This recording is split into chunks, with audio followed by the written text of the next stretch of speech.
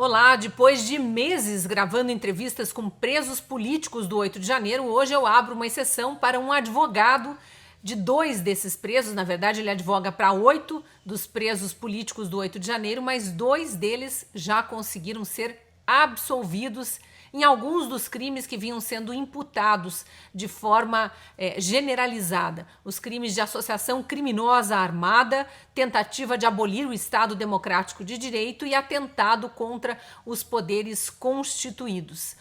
Já já a entrevista com o Dr. Bruno Jordano para trazer mais detalhes sobre essa história. Antes eu queria te fazer uma provocação. Tem muita coisa inútil aí sendo oferecida na Black Friday, né? Então por que não aproveitar este mês de Black Friday para investir em informação de qualidade? A Gazeta do Povo abriu uma promoção inédita, R$ 8,25 por mês ao longo de um ano inteiro para ter acesso a todo o conteúdo do jornal.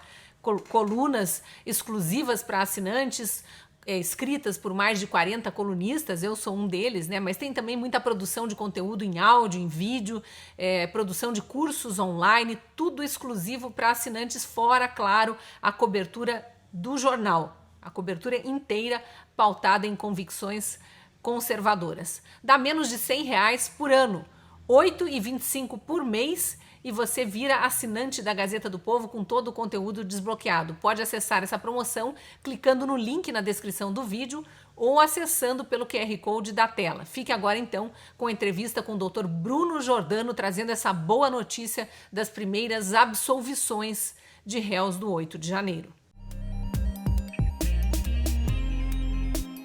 Eu estou aqui então com o Dr. Bruno Jordano, advogado que defende vários dos presos do 8, do 9 de janeiro e que já conseguiu alguns resultados surpreendentes, vou dizer assim, né, doutor Bruno? Parabéns pelas vitórias que já conseguiu para os seus clientes.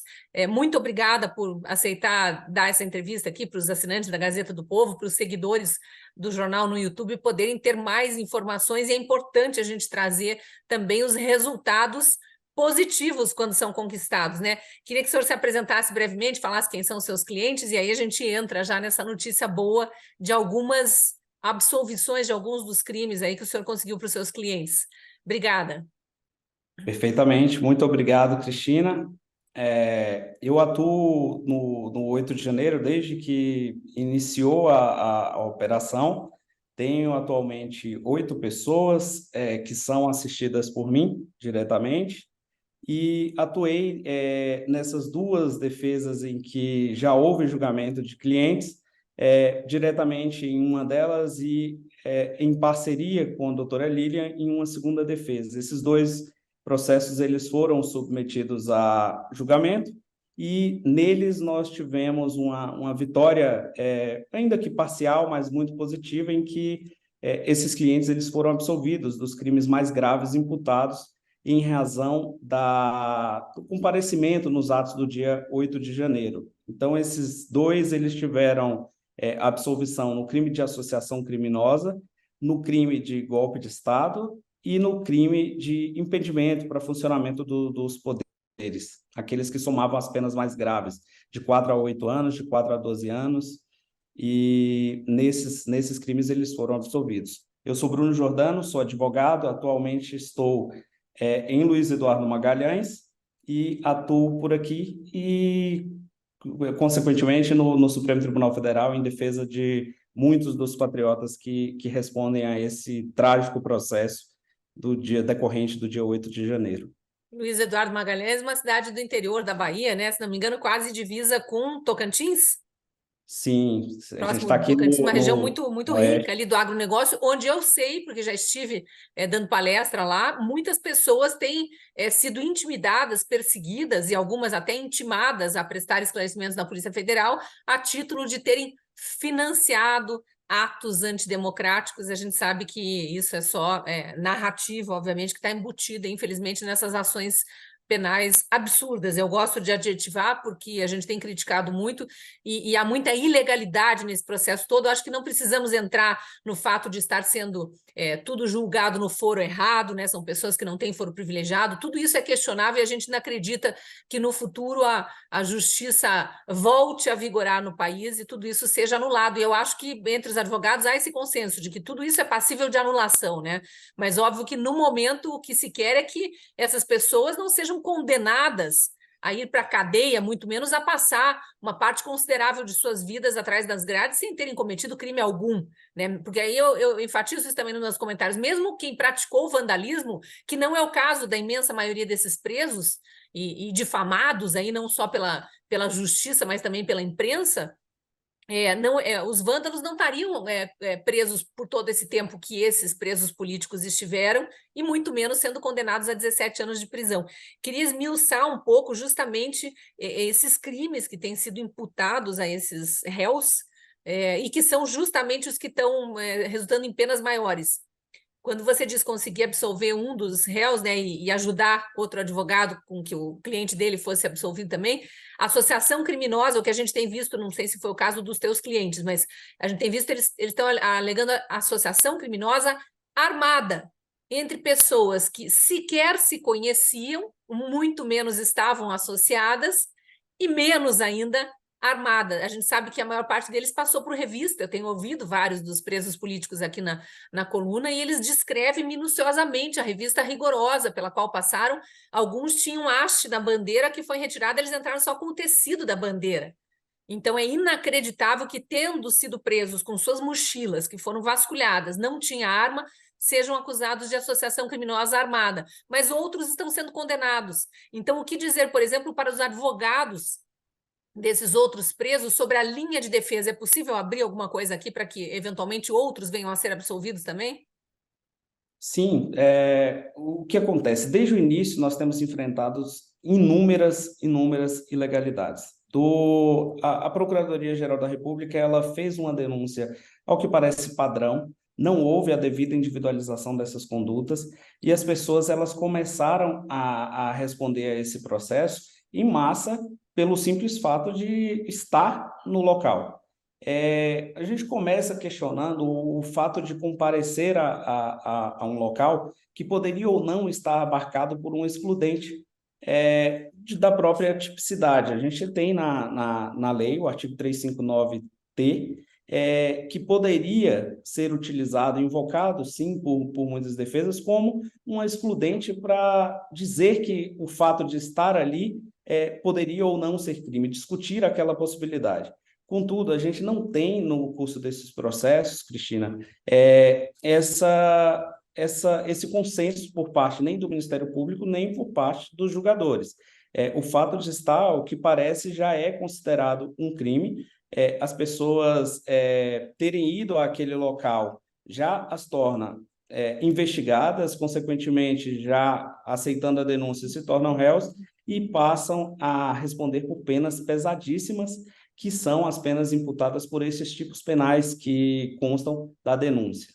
Eu queria que você explicasse um pouquinho, desculpe te cortar, a lei, porque isso é uma coisa que as pessoas não entendem. Eu ouço muitas comparações, eu mesma, em vários comentários, em programas de que eu participo, já lembrei disso, manifestações da esquerda, do pessoal do MST, que são terroristas, invadem, quebram tudo, que já resultaram, inclusive, em agressões físicas graves a policiais dentro do Congresso Nacional, em outros tempos, nunca foram punidas. Mas naquela época não existia essa lei que está sendo jogada sobre esses manifestantes do 8 de janeiro, certo? Ou estou errada? O que acontece? A imputação que está sendo trazida para essas pessoas, ela vem de uma inovação da Lei de Segurança Nacional, e foram incluídos alguns tipos penais foi considerado uma continuidade típico-normativa.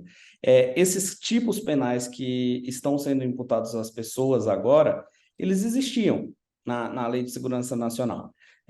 Mas o que acontece é que a manifestar é considerado um crime de golpe de Estado. As pessoas que estavam ali, elas tinham aquela animosidade, a finalidade delas era, de fato, dirigida a essa finalidade. todos esses pontos, eles, claro, têm que passar por um processo, têm que ser investigados, nós temos que ouvir as pessoas individualmente e analisar caso a caso se existe aquele elemento ou não. O que acontece no curso desses processos é que muitas vezes essa individualização ela não tem sido feita. Caberia ao Ministério Público fazer. Existe o ônus do Ministério Público de individualizar, de provar a sua acusação e, claro, ao magistrado, quando recebe aquilo, ele tem que verificar se há para o recebimento indícios mínimos da autoria e se há a prova da materialidade. Para uma condenação, é algo muito mais robusto que a lei exige para que eu possa consentir que aquilo ali ultrapassa o mero indício de autoria. Eu tenho que comprovar aquela autoria. E essa comprovação, ao que parece, no meu sentido, não existe em muitos dos casos. Ainda assim, há um conceito que tem sido trazido de que as pessoas aderiram ali ao intuito de uma turba criminosa e O a tal crime partir de daquele momento. multidão, né? Exatamente, a multidão delinquente. A partir daquele momento, aderiram àquela conduta e estão respondendo pelo resultado da turba. Agora, o mais incrível, doutor Bruno, é que há vídeos e vídeos, dezenas de câmeras. É uma região de Brasília altamente monitorada, especialmente dentro dos prédios públicos. Óbvio que isso não foi liberado, está tudo em segredo de justiça, mas deveria pelo menos ser liberado para os advogados. O senhor já me disse se vocês tiveram acesso, mas eu já tive acesso, por exemplo, às câmeras do plenário do Senado, porque já entrevistei 2 dos presos políticos do plenário do Senado, um deles, inclusive, já está condenado também a 17 anos de prisão, só aguardando análise de recursos para eventualmente ter que voltar para a cadeia, sendo que as câmeras provam que as pessoas presas no plenário do Senado nada depredaram. Tem perícia do Senado dizendo que houve uma avaria a um parafuso de um microfone que pode, inclusive, ter caído porque estava solto. Alguém bateu naquele microfone. Então, realmente precisaria de uma investigação aprofundada. E, pelo contrário, as imagens mostram as pessoas rezando, as pessoas conversando com os policiais e foram presas, passaram 4, 6, 7, 8 meses na cadeia, com todas aquelas péssimas condições que eles têm descrito, e agora esses julgamentos virtuais e estão sendo condenadas. O senhor tocou num ponto que eu acho fundamental no meio da série de ilegalidades que talvez seja a mais incompreensível. A gente sabe que a máxima do direito é que a pessoa acusada é inocente até que provem o contrário, né? Mesmo um bandido, então aí os direitos humanos gritando aos 4 ventos, tem direito a ser considerado inocente até que provem em contrário. Né? E aí o que está acontecendo com esses? Não deixam nem eles provarem a inocência usando as câmeras que mostram que eles são inocentes. Sonegam o direito a tentar provar a inocência. E, pelo contrário, provam que são acusados, que são os culpados sem provas, porque é muito falho, pelo que eu tenho visto dos vários processos. Claro que há casos e casos, mas não sei se o senhor também tem essa visão. Sim, o que ocorre? Quando houve essa tese, quando encamparam essa tese dos crimes multitudinários, ao que parece, tentaram fazer dali uma responsabilização objetiva, o que é vedado no processo penal. A gente precisa ter a responsabilidade subjetiva, eu preciso analisar as condições de cada um dos réus de forma individualizada. A partir do momento que não houve, Cristina, eu percebi essa transferência do ônus para as defesas e eu não poderia deixar de fazer. Então, no curso desses processos, a atuação precisou ser muito diligente, muito mais efetiva do que em um processo penal. Claro que efetividade a gente sempre entrega 100%, mas precisou a defesa caminhar e trilhar o caminho que caberia ao Ministério Público Federal. Então, essa individualização, ainda que tolhida por muitos elementos e por muitos atos processuais que ceifaram mesmo o nosso contraditório e a nossa ampla defesa, a defesa precisou fazer. Então, elementos ali que demonstravam talvez que o réu não estivesse naquela condição, que o ânimo dele fosse outro, isso a defesa ela teve que explorar de forma muito contundente e buscar ser ouvida, porque até ser ouvido no curso de um processo como esse, em que se julga uma massa, tem sido muito difícil. A gente observa ali que... Os réus não estão sendo ouvidos, né? Em muitos momentos, não. O que ocorre ali? Muitas vezes a gente arrola testemunha, ocorreu comigo, de arrolar testemunha de defesa no momento da audiência. eu ser intimado após a prática do ato da audiência. A audiência era 9 da manhã, a minha intimação chegou meio-dia do mesmo dia, para que eu levasse a minha testemunha de defesa para a audiência. Eu não teria como voltar no tempo para levar aquela testemunha. E a testemunha era uma testemunha importante para a Ou seja, defesa. a audiência aconteceu sem que sequer o pedido de que uma testemunha fosse ouvida tivesse sido analisado. E durante a audiência, eu Perfeitamente. suponho que eles não mencionaram testemunha. O que ocorre? Não, no momento em que transferiu para a defesa também o ônus de levar a testemunha, sem intimá-la, logo eu arguí que a defesa estava impossibilitada, que haveria ali um cerceamento, já que a defesa havia rolado o testemunho no momento anterior e a testemunha não havia sido intimada, nem tampouco teria sido possível a defesa levar, já que a intimação sequer teria ocorrido. Essas arguições, elas basicamente nem constariam em ata se não houvesse uma insistência da defesa, porque os juízes auxiliares que conduziam aqueles processos, eles tinham que prosseguir de todo modo e a todo custo. Então, a gente chegava diante de uma situação como essa, o que restava à defesa era consignar em ata. Eu tive audiências que eu tive que consignar 3 questões de ordem, 3 questões de nulidade que ocorriam ali naquele ato que eu não poderia deixar passar. A E isso é defesa, ela... importante, né, doutor, para que no futuro, em processos que Exato. com certeza, né, o senhor e seus colegas abrirão, pedindo indenização, pedindo anulação desses julgamentos ilegais e tudo, vão ser provas do porquê vocês estão pedindo isso, né? Exato. Por mais que pareça difícil, por mais que seja um processo em que as defesas têm ido à mídia e falado assim, olha, estamos sendo vítimas de violações de prerrogativas, mas a defesa não pode desistir, não pode abaixar a cabeça, ela tem que, a todo instante, ser combativa, tem que buscar elementos técnicos para combater no processo, porque de nada adiantaria nós trazermos um discurso meramente político, nos colocarmos em oposição com uma instituição que, sobretudo, precisa ser respeitada. A gente vive em um momento dificultoso, difícil, mas a gente precisa respeitar as instituições e lutar pelo direito, lutar pelas nossas prerrogativas de forma técnica. Trazer isso a público é muito importante para que as pessoas conheçam, para que as pessoas saibam e não estejam enganadas de que a gente vive numa democracia e que nenhum direito está sendo relativizado. Primeiramente, para se falar em uma democracia, em um Estado de Direito, as prerrogativas, os direitos e garantias, eles precisam ser respeitados. Eu não tenho como falar um discurso vazio que vive uma democracia, que vive um Estado de Direito, se eu não tenho um devido processo legal. A gente viu o Supremo Tribunal Federal, com todo respeito, e aqui não é uma crítica direta à instituição, mas a condução do processo penal, a gente viu em determinado momento o Supremo Tribunal Federal se dizer defensor da Constituição e, por essa razão, iria atuar como atuou no curso desses processos criminais. Nós precisamos lembrar que o centro do processo criminal é o réu. Independente do crime que cometeu, o centro de tudo é o réu, porque ali é um direito individual, é um direito fundamental que tem peso extremo para se falar em uma democracia. Então, se nós somos defensores da democracia, como foi dito pelo Supremo Tribunal Federal, nós temos primeiramente que amar o direito individual das pessoas. Vamos às questões técnicas específicas, que eu acho que é o que mais interessa nessa entrevista, embora tudo que você diga seja muito interessante, muito importante de ser divulgado.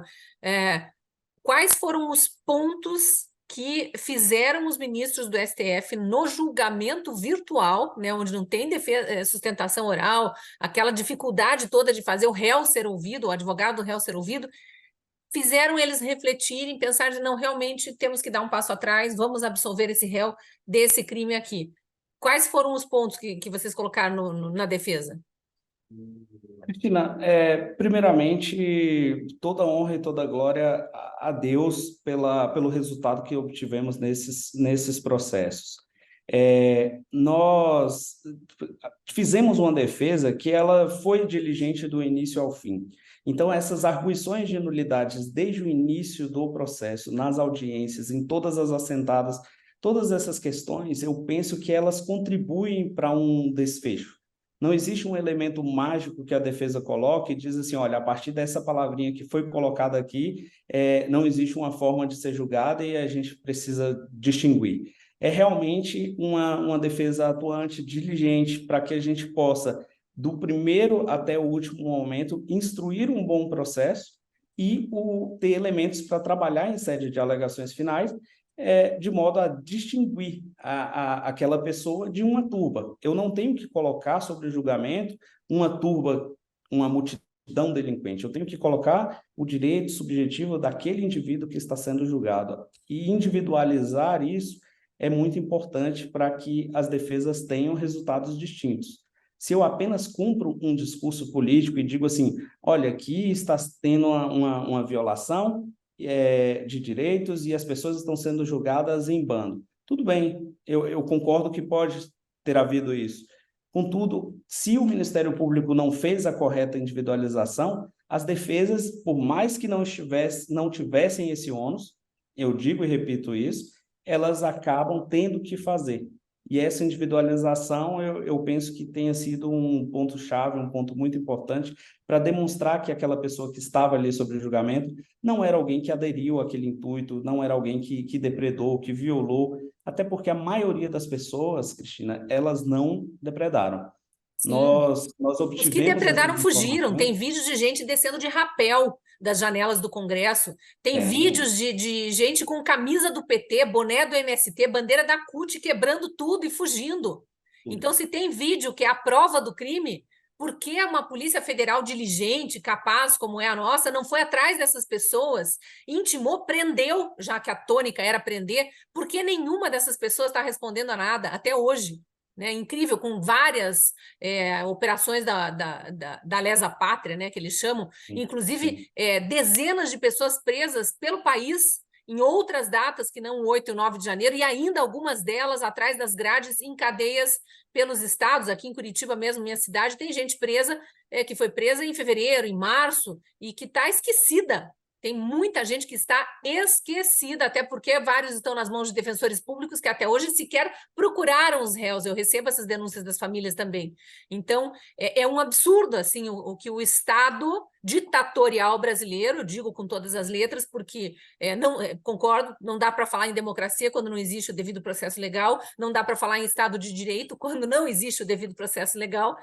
E aí eles querem dizer que as pessoas que estavam no 8 de janeiro é que derrubaram o Estado de Direito, é que atentaram contra a democracia, quando ela está sendo corroída por dentro dessas cortes que não respeitam a Constituição, muito menos o processo legal. Me alonguei aqui, mas eu queria voltar no caso, na comparação aqui, e especialmente para não desmerecer o trabalho de todos os advogados que já tiveram seus clientes condenados. Pode ter havido alguma distração, digamos assim, na defesa, de não conseguir atingir, né, a consciência dos ministros da forma como você conseguiu, mas vamos pegar aquele primeiro caso que foi julgamento presencial ainda, que o Brasil inteiro acompanhou.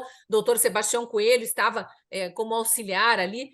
O doutor Sebastião Coelho faz uma defesa mais política, mas nessa linha mais geral e tudo, né, deixa aquele discurso ali quase para lavar a alma do brasileiro, mas na sequência esqueci o nome da advogada, agora peço perdão a ela, mas a advogada do réu Acácio, se não me engano, faz uma descrição com todo o timing. Ela pega os vídeos.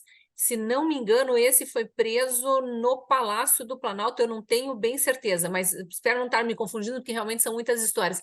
Mas ela vai dando, eu assisti a defesa inteira, eu acredito que você também, né? Ela vai dando minuto a minuto. Ele entrou na sala tal, ele sentou na terceira fileira, cadeira tal, ele orou, ela vai descrevendo. Então, para mim, se não existe uma individualização da conduta aí, onde mais existiria, né? Se não é um esforço sobre-humano da defesa de provar a inocência, né, para que se restabeleça o direito, coisa que a Procuradoria da República não fez, não provou a culpa. O que mais é possível fazer, né? Por isso que eu te perguntei de questão técnica, se tem algum ponto, alguma falha do Judiciário, da Corte Superior e da Corte Suprema que pudesse ser usada nos processos. Com certeza, eu percebo um esforço realmente sobre-humano de todas as defesas e não há como a gente, no curso desse processo, atribuir nenhum tipo de responsabilidade às defesas que têm sangrado e suado dia após dia na atuação desses processos do dia 8 de janeiro. O que ocorre em muitos casos, Cristina, é que as peculiaridades, as questões que permeiam cada um dos réus, elas são distintas. E a defesa, ela precisa realmente explorar aquilo para fazer esse trabalho que a Procuradoria não fez e tentar, de algum modo, trazer esse convencimento. O ponto-chave talvez não seja algo genérico que precisa ser feito, justamente a subjetividade que precisa ser buscada. Muitas defesas, elas buscaram isso, tentaram alcançar isso, e talvez tiveram o azar ali de não serem ouvidas, desses pontos não terem sido analisados. E aí precisam recorrer e buscar, tecnicamente, fazer esse trabalho para que, se não agora, em momento futuro, sejam. É claro que a gente observa e que a gente denuncia a todo instante violações, oportunidades em que a defesa não teve como ser ouvida, o contraditório e a ampla defesa foi realmente, em muitos momentos, muito violado, e as defesas elas podem realmente ter sofrido com isso. Em dado momento em que pese todo o esforço que foi trazido de se fazer ali uma individualização, pode não ter sido devidamente analisado? Pode, mas pode ser também que a subjetividade, os elementos externos que foram trazidos em algumas defesas, elas tiveram peso para formar um convencimento de que aquelas pessoas elas não se associaram para o cometimento de um crime. E aí, falando especificamente do tipo penal, da questão técnica que envolve o artigo 288, que versa sobre a associação criminosa, eu preciso necessariamente, para falar que alguém se associou para cometimento de um crime com alguém, ter uma estabilidade e uma permanência naquela associação. E como que eu vou dizer que as pessoas elas agiram por intuito de uma turba, que estavam no momento da emoção e aderiram ao intuito de uma turba, e elas, ao mesmo tempo, se associaram previamente para o cometimento de um crime? São ideias paradoxais. Ali são ideias autoexcludentes. Eu falar em uma turba violenta que aderiu ao intuito da outra porque estava ocorrendo, e falar que essas pessoas se associaram de forma pretérita, previamente, de forma estável e permanente. Esse elemento da associação criminosa talvez seja um elemento muito forte que precisa realmente ser explorado pelas defesas. Mas, muito mais do que isso, a instrução ela precisa trabalhar de modo que não fique demonstrado o que a acusação traz em sua denúncia. Então, desde o primeiro momento, as pessoas estão sendo convidadas aí a comparecer na Polícia Federal.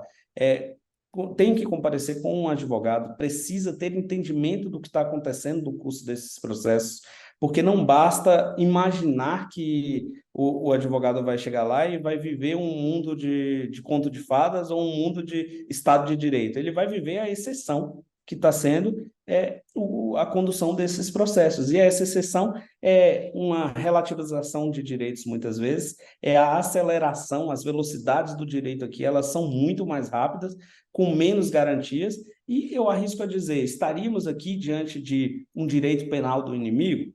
A gente está aqui diante de alguém que está tendo um processo criminal conduzido à míngua de muitas garantias? Eu acredito que sim.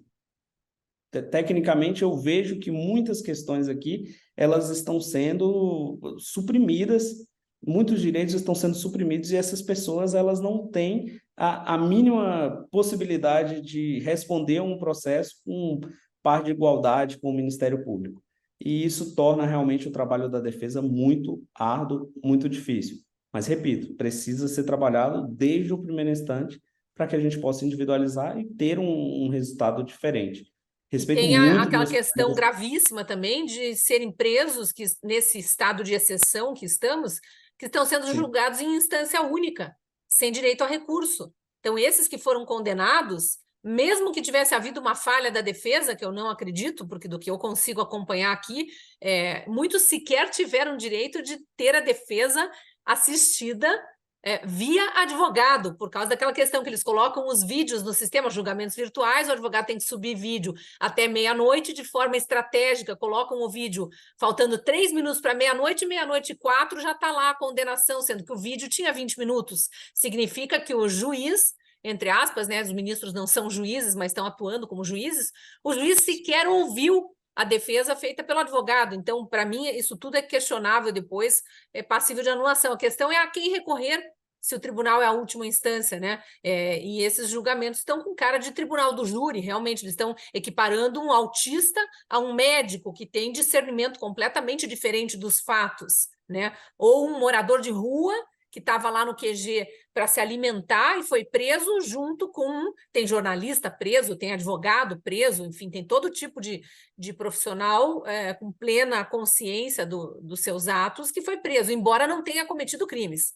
Foi preso, mas tem mais consciência dos seus atos do que uma pessoa sem instrução nenhuma. Sim. A gente percebe que realmente essa distinção e essa individualização das pessoas, ela não foi feita. Muitas pessoas ali, mães com filhos menores de 12 anos foram presas, mães e pais. Tive uma atuação que envolveu um caso muito sensível de uma senhora que havia sido presa, o esposo também, e tinha 2 filhos pequenos, um de 3 e um de 8 anos. Essas crianças tiveram um abalo psicológico absurdo, ainda estão sob julgamento, o pai continua preso, a mãe já foi solta, mas nós nos deparamos com esse tipo de situação, e muitas vezes ali, o discernimento dessas pessoas, ele não é igual. Eu não posso tratar de uma turba quando eu tenho ali indivíduos, eu preciso tratar o indivíduo, eu preciso respeitar a dignidade humana dessas pessoas. E no curso desses processos realmente foi muito difícil observar isso acontecer. Nós tivemos o momento de fazer a nossa sustentação oral totalmente suprimido do processo, porque eu não considero que encaminhar um vídeo gravado sem a garantia de que ele vai ser ouvido, sem oportunizar que naquele momento a gente tenha um debate, um esclarecimento que pode ser ali a fagulha necessária para causar uma absolvição, causar um convencimento, você tirar isso do processo é algo muito grave e que compromete inteiramente a defesa. A todo instante nós vimos instituições, grandes juristas se calarem para as atrocidades que vinham ocorrendo A no dia OAB, 8 de inclusive, janeiro. né? A OAB, inclusive. Mas de um tempo para cá as pessoas perceberam o quão grave seria relativizar isso, porque já se tornou um precedente gigantesco. Na verdade, são vários, são mais de 1000 precedentes em que o direito individual das pessoas e o direito de defesa e o devido processo legal foi violado e suprimido. A partir daqui eu posso qualquer coisa.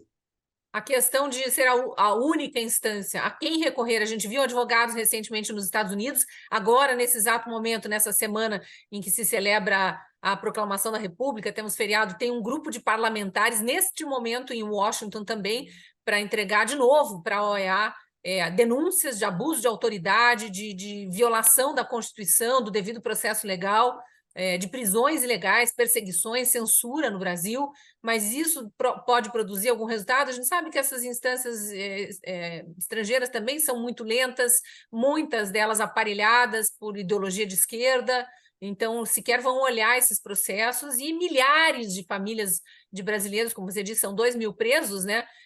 Mais de 2.000, porque 2.000 foram só no QG, e que estão sofrendo, estão sendo torturadas, com dificuldades financeiras imensas, crianças com problemas psiquiátricos já, não é nem só psicológicos, criança de 9 anos voltando a usar fralda, coisas absurdas que a gente tem visto, e a justiça brasileira, muito entre aspas, porque eu não chamo mais de justiça, calada, né? A OAB muito timidamente começa a ter alguma reação agora, mas, Bem enfim, tardio. há alguma esperança? Porque eu queria finalizar com alguma esperança, né? Cristina, a esperança realmente de órgãos e de instituições, ela é muito tímida, porque imaginar que uma corte internacional possa trazer efeitos imediatos é um pouco ingênuo, porque, como você bem disse, há um aparelhamento dessas instituições, dessas organizações, Há uma série de requisitos que precisam ser cumpridos antes de buscar uma corte internacional, e no curso desses processos, eles precisam, por mais doloroso que seja, serem esgotados. Nós temos, sim, a possibilidade não de trazer uma via recursal para trazer duplo grau de jurisdição, não seria isso, mas nós temos, sim, mecanismos para buscar ainda no curso desses processos que eles precisam ser explorados, e nós precisamos ter uma atuação diligente junto ao órgão que se colocou a julgar esses processos. Eu não concordo com a competência do Supremo Tribunal Federal, jamais. Não concordo que essas pessoas que não têm foro de prerrogativa, elas tenham que ser julgadas pelo Supremo Tribunal Federal. Não concordo ainda com a conexão alegada pelo Supremo Tribunal Federal, que trouxe para si a competência para julgamento desses processos. E não concordo que eles tenham omitido qual seria o elemento, o conteúdo do processo que alega ter atraído a conexão. Como eu, defensor, terei a possibilidade de dizer que ali não há conexão se sequer foi me dado acesso ao processo que justifica essa conexão. Então, é muito difícil, o cerceamento de defesa ele começa desde o início, e nós temos uma via recursal muito estreita, Cristina, mas não pode ser jamais negligenciada pelas defesas, por mais que não tenha ali a oportunidade de ser julgado por um outro órgão e por outros ministros, a defesa precisa explorar tudo que tem à disposição. E naquele primeiro momento em que há o julgamento, a gente já precisa observar se há pontos de omissão, de obscuridade, de contradição, para que a gente possa buscar um melhor esclarecimento e, como dito, deixar exposto, deixar trabalhado ali pela defesa de forma técnica que ali há violações, que talvez nós estejamos ali diante de um julgamento nulo, para que em momento oportuno a gente possa buscar uma reversão desses julgamentos. A estabilidade dessas decisões ela se dá com o trânsito em julgado. E eu não posso admitir que o processo vá transitar em julgado diante de tudo isso que está sendo alegado. Então, eu preciso recorrer, preciso buscar, expor e brigar tecnicamente ali, de forma, claro, sempre respeitosa, trazendo e demonstrando ali que o tribunal ele errou, ele se equivocou a promover um julgamento da forma que foi feita. Preciso realmente explorar isso enquanto defesa, e para isso eu preciso ter feito uma instrução muito bem orientada, preciso ter trazido no curso desses processos todas essas violações, eu não posso ter deixado precluir o momento de arguição dessas nulidades, para que a gente não se depare com um processo que, por mais que tenha nulidades, no fim das contas vai dizer, a defesa não arguiu. A defesa precisa, sim, ser combativa e não acatar, e não aceitar o que está ocorrendo. Quer dizer, aqueles advogados que já perderam, né, já tiveram os clientes condenados, ainda têm que entrar com os tais embargos de declaração, né, que cabe, ainda que o recurso seja ali para os próprios ministros que condenaram seus clientes. Com certeza, a atuação precisa ser combativa e precisa trazer. Claro que os autos de um processo, o advogado que está conduzindo que precisa analisar e ver ali o que cabe e o que não cabe. Mas o melhor caminho, se estivéssemos analisando de forma genérica, seria buscar, sim, todos os elementos, todos os recursos possíveis e imagináveis para não deixar esse direito perecer, para não deixar essas pessoas com um trânsito julgado de uma sentença condenatória tão injusta, tão triste, como a que temos visto nos casos do dia 8 de janeiro. Doutor Bruno, eu queria mais duas perguntas antes da gente finalizar. A primeira é em relação à questão política, porque a gente sabe que tem esse projeto de lei de anistia do senador Mourão, embora eu e a imensa maioria dos brasileiros discordemos que seja preciso conceder anistia a quem sequer cometeu crimes, mas diante desse estado de exceção que estamos vendo pessoas inocentes, claramente inocentes, condenadas, sem direito à defesa, esse processo legal todo deturpado aí, talvez fosse um respiro, pelo menos enquanto o Brasil restabelece sua democracia, ou tenta restabelecer sua democracia. Então, eu queria uma opinião tua sobre isso, e depois finalizar dando nomes aos bois, falando dos clientes, se foram absolvidos por completo, o senhor está dizendo que é parcial, quer dizer, quais foram as condenações que eles pegaram, se vão precisar ser presos ou se podem cumprir em liberdade. Ok. De fato, é um respiro, né? A gente não concorda com o que está sendo feito, a gente não concorda que essas pessoas cometeram crimes, e falar em anistia é um remédio muito amargo, vamos dizer. Essas pessoas, de fato, elas não teriam que ser condenadas da forma que foram, elas precisavam passar por um processo individualizado, como dito, para que pudessem apurar a responsabilidade. Não tendo cometido crime, a finalidade não estando dirigida a isso, não tendo depredado, elas tinham que ser, sim, absolvidas e não terem cumprido todo esse tempo de prisão que cumpriram. Como ocorreu e como está ocorrendo um julgamento em massa, falar em anistia traz um pouco de conforto a essas pessoas que não veem na justiça nenhum tipo de esperança, que não acreditam mais na justiça, digamos. Mas, de todo modo, eu também penso, compacto com a sua ideia de que a anistia ela ainda é um pouco insuficiente para reparar o que essas pessoas sofreram. Aqui eu me refiro às pessoas que, de fato, não cometeram crimes. E realmente acredito que deve existir algum outro caminho, algum outro meio em momento futuro que vá trazer mais reparação, mais conforto para essas pessoas, e a nossa democracia, de fato, ela será restabelecida e o Estado de Direito e de garantias voltará a vigorar, a imperar. Em relação aos casos específicos que atuei, que já foram submetidos a julgamento, nós tivemos a absolvição no artigo 359L e 359M. As penas somadas deles daria de 4 a 8 anos o primeiro, 4 a 12 o segundo. As pessoas têm pegado em média de 6 em cada um deles. Quais são os crimes? 359L e 359M, que seriam aqueles crimes de golpe de Estado e aquele impedimento de funcionamento dos poderes constitucionais. Além disso, nós tivemos absolvição no crime de associação criminosa armada. Então, a única coisa que sobrou para essas pessoas que foram os meus clientes, que foram submetidos já a julgamento, foi o crime de dano. E o Mesmo sem dano, comprovar que foram eles os responsáveis pelo dano. mesmo sem comprovar e mesmo sem individualizar, de forma conflitante. E, por mais que pareça também um respiro, como o caso da anistia, se fizermos aqui um comparativo, uma decisão condenatória que tem sido comemorada, mas que não deveria ser, porque, Porque de a pena é fato, bem menor, né? traz injustiça. A pena ficou 1 ano e meio de reclusão, 1 ano e meio de detenção. Já cumpriram 8 meses presos preventivamente. No frigir dos ovos, essas pessoas elas não vão voltar a ser presas. E Mas, de teriam todo a tornozeleira retirada, porque continuam presos com essas sim, restrições todas, embora sim. não atrás das grades, né?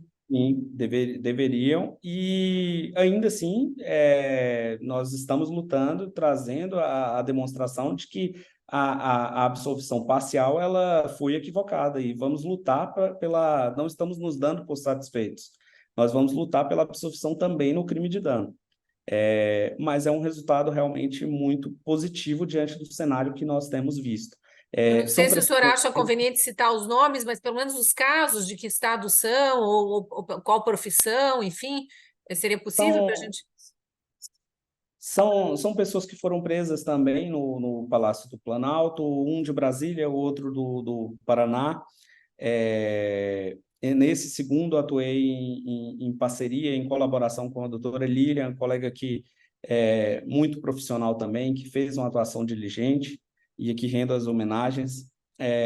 Mas são pessoas que tiveram no dia 8 de janeiro, e que, por essa razão, foram imputados a eles os crimes do 359L, 359M, 288, 163, todos os parágrafos, 1, 2, 3 e 4, e o 62 da Lei de Crimes Ambientais. E aí a gente conseguiu a absolvição nos crimes mais graves, restando somente o dano, que traz essa pena mínima, não supera os 4 anos. Então, de todo modo, a gente estaria falando aqui de um regime aberto, de uma possibilidade de substituição dessas penas e da concessão, inclusive, de benefícios. Se a pessoa está diante de um crime que não tem uma lesividade, uma gravidade exacerbada, que a pena não ultrapassa determinado tempo, elas podem sim ser submetidas aos benefícios que a lei processual penal traz. E a gente está buscando isso agora em sede de recurso. Desejo sorte, então, aí no trabalho de defesa. Sei que a caminhada é longa e difícil, né? Mas seguimos todos em busca da verdade e da justiça, do restabelecimento do Estado democrático de direito, né? Que foi abolido com essa corrosão do nosso sistema judiciário, infelizmente. Parabéns pelo trabalho, doutor Jordano. Obrigado pelas informações. Bom dia. Obrigado, Cristina. Bom dia. Um abraço. Agradeço também a você que assistiu ao vídeo até o fim. Se gostou, curta, comente, compartilhe e faça com que ele chegue a mais gente. Se ainda não estiver inscrito no YouTube da Gazeta do Povo, te convido a se inscrever, acionar o sininho das notificações e, caso ainda não seja nosso assinante, aproveite a promoção da Black Friday, R$ 8,25 por mês ao longo de um ano inteiro, dá menos de R$ 100 por mês para ter acesso a todo o conteúdo do melhor jornal do Brasil. Eu sou colunista da Gazeta e te espero lá.